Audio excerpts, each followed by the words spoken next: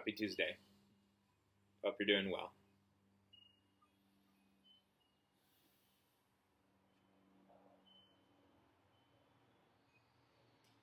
Your self-worth and my self-worth, they are based off of this principle or this vibration, if you will, which many people call divinity or being divine. An extension of that is to say that the universe is inside of us because we are made up of chemicals and other things, which are a part of the universe.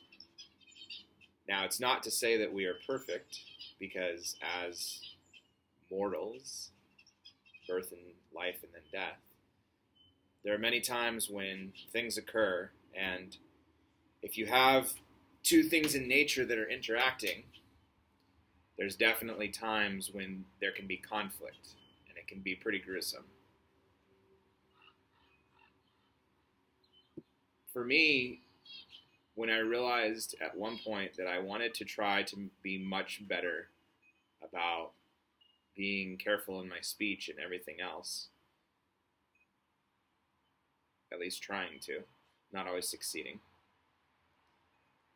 I realized it had to start with asking forgiveness from any person who in the past I have wronged.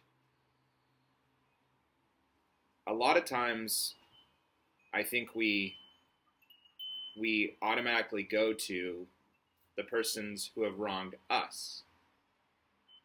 You could probably name a couple off the top of your head, especially if the wound is still fresh.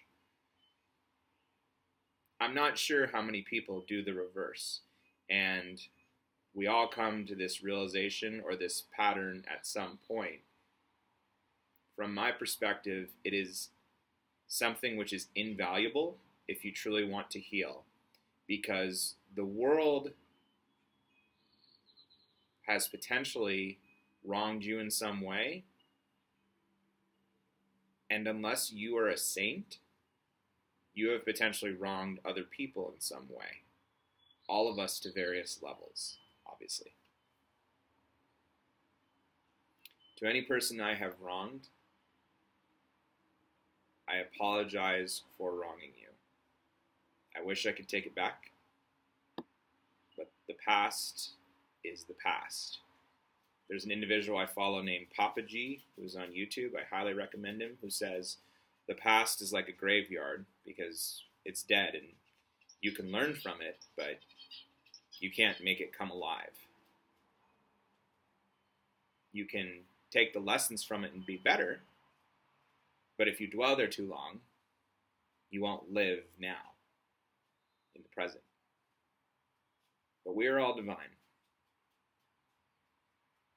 Dogs, humans, spiders, that one's hard. Birds, plants, and even the soil and the earth itself. The fact that we can grow crops, there's something divine about that. And when I say divine, I don't necessarily mean a specific religion or spirituality, but something that is amazing at work. And we are all a part of it.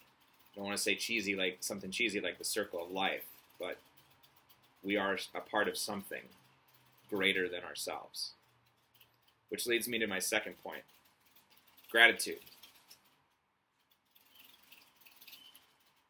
Some time ago, I started realizing that I needed to have more gratitude in my life and stop being upset with the way things were and be grateful for what I did have, which can be very, very hard to do, especially if you've had a lot of things happen to you and you haven't processed them, especially if they've caused damage which lasts today or into today and probably will be with you the rest of your life.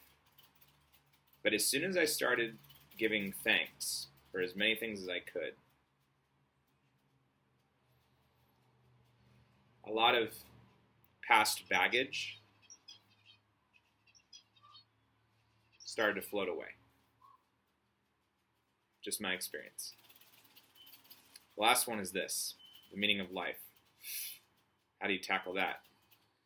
I would like to talk about it on another day longer, but here's my 2 cents right now. The meaning of life is to live life and live it well. Live it for yourself, but know that by living it for yourself, you also live with it in regards to others, because we are always in relation to others, whether that's person, animal, plant, or environment. And the fact that, from my perspective, people are basically good. Living a good life, it can mean a lot of things.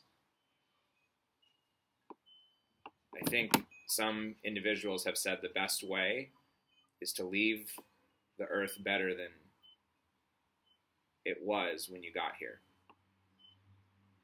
Whatever that may mean.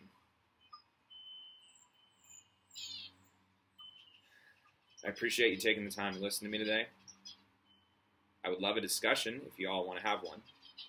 But at the very least, I hope one of these points